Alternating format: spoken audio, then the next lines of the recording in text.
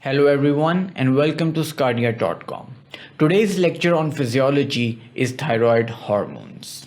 So let's get on with it.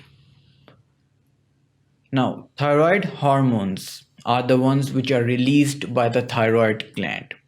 Thyroid gland is an endocrine gland that it releases hormones which are released endocrinologically, and these hormones are categorized broadly into two types. Now, one are the iodinated ones, the other is the calcitonin. The iodinated tyrosine residues such as thyroxine are the ones which have effect on the metabolism as a whole on the body, while calcitonin has effect on the calcium balance of the body. In this lecture, we're going to exclusively cover only the iodinated uh, hormones of the thyroid, that is the thyroxine and triiodothyronine.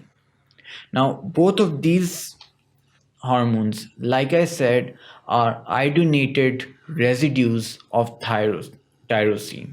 As you can easily see here, that this is a tyrosine amino acid which has been iodinated at 2 points. Now, this is a diiodinated thyrronine.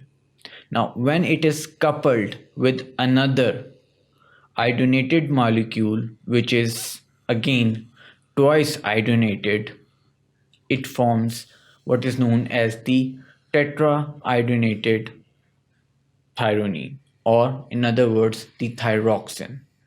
Now, thyroxine is the most important hormone that is released by the thyroid gland. Even though it is not the active form of the hormone, it is the one that is excreted mostly by the gland. In fact, it is released 80% of the total amount of the iodinated hormones. The other iodinated hormone that is released by the thyroid gland is the triiodothyronine. The only difference between thyroxine and triiodothyronine is the amount of iodine that has been iodinated or attached with this molecule. As you can easily see here, that at this point there is no iodine. So this tyrosine is uh, twicely iodinated, but it is coupled with a monoiodine residue. So it contains only 3 iodine. Now, why tyrosine gets iodinated, why this coupling happens, and why only sometimes we see iodinated tyrosine in the body, all of this will be discussed in detail in the further bites.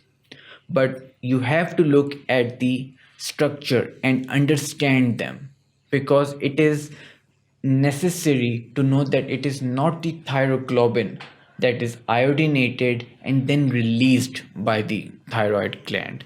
It is the tyrosine residues which are iodinated, then they are cleaved off, and then they are released.